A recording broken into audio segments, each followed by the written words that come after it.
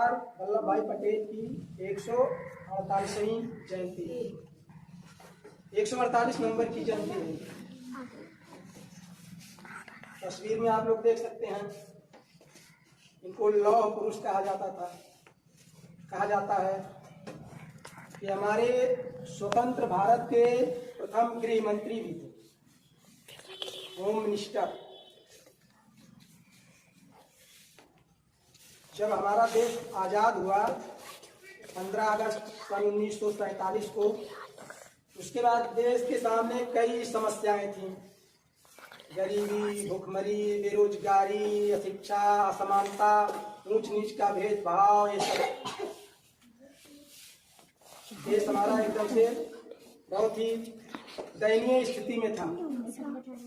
अनाज भी नहीं पैदा हो रहे थे सही से, सबको पर्याप्त भोजन भी नहीं मिलता था, और देश को स्वतंत्रता के बाद युद्धों का भी सामना करना पड़ा, विभाजन की पीड़ा झेलनी पड़ी। जो है पाकिस्तान और भारत दो राष्ट्र बने, और दंगे भी खूब भड़के हिंदू मुस्लिम के बीच। तमाम समस्याएं थी भारत के सामने। उसमें से एक बहुत बड़ी समस्या थी देश को एक करना। ऐसे पूरे देश को एकता के सूत्र में बांधा जाए। अंग्रेज जब स्वतंत्र कर दिए भारत को, तो जो ब्रिटिश भारत था उस पे उनका समझौता हुआ था, और ये स्वतंत्र रियासतें थी 562, जहाँ पे राजा महाराजा हुआ करते थे। इनका जो है अंग्रेजों से समझौता था, तो इनको एक करना बहुत बड़ी चुनौती थी। इसमें से कुछ रियासतें थी जो भारत में नहीं मिलना चाहती थी, ना तो पाकिस्तान में मिलना चाहती थी, ये स्वतंत्र रहना चाहती थी, और कुछ जो थे पाकिस्तान से समझौता कर रहे थे। तो इनको एक करना बहुत ही कठिन काम था। सरदार पटेल जैसे लौह पुरुष ही ऐसा काम कर सकते थे। देश को एकता के सूत्र में बांधने में सरदार पटेल जी का बहुत बड़ा योगदान है। इनके योगदान को भुलाया नहीं जा सकता। अगर इन्होंने एक काम ना किया होता, इनको ये जिम्मेदारी ना मिली होती, तो शायद भारत आज कई देशों में बटा होता। भारत पाकिस्तान केवल दो देश राष्ट्र बने, लेकिन अगर सरदार पटेल जैसे व्यक्तित्व भारत को ना मिले होते तो भारत आज टुकड़ों में होता, कई देशों में। उसमें जूनागढ़ देश होता, हैदराबाद देश होता, ये सब देश होते। पटना एक देश होता, जम्मू कश्मीर एक अलग देश होता।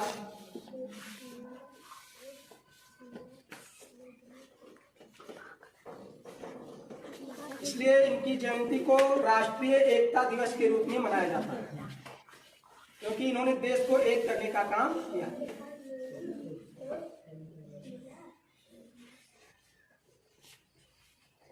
सरदार पटेल से एक बार किसी महापुरुष ने कहा, महापुरुष का मतलब भारत के कोई थे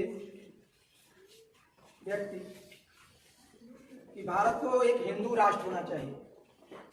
सरदार पटेल ने कहा कि अगर हमें हिंदू राष्ट्र ही बनाना था तो हमने स्वतंत्रता आंदोलन में लाठियां क्यों खाई।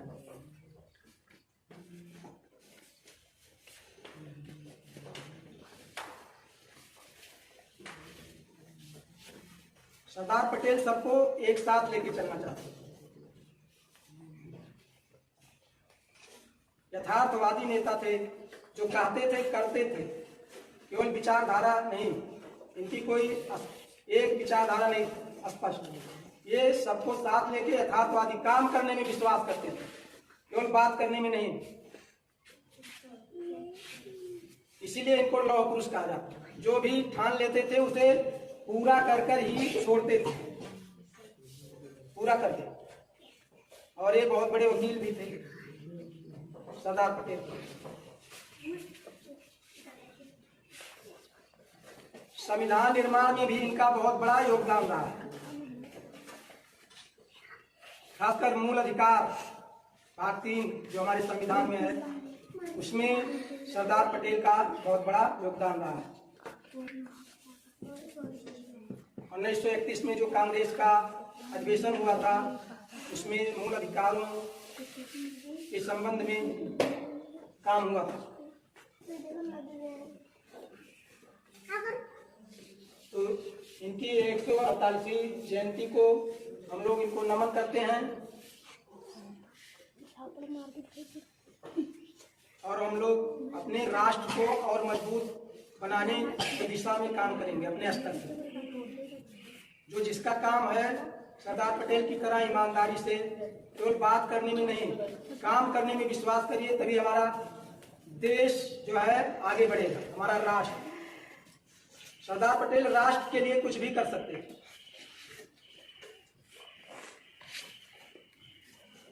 इनको राष्ट्र बहुत प्यारा था, तो हमको इनसे प्रेरणा लेनी चाहिए। यही इनके प्रति सच्ची श्रद्धांजलि होगी, सच्चा सम्मान होगा इनके प्रति कि सभी लोग जहां पर हैं ईमानदारी से काम करें।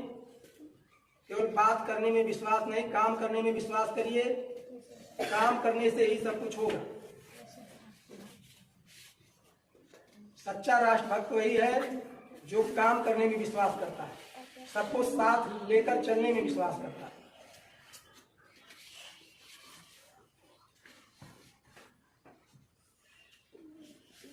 और हम लोग ऐसी जगह हैं, बहुत ही पवित्र स्थान विद्यालय, यहाँ से ही हमारे राष्ट्र का निर्माण, यहाँ से ही नींव पड़ती है राष्ट्र निर्माण की दिशा में। यहाँ से ही कदम आगे बढ़ते हैं।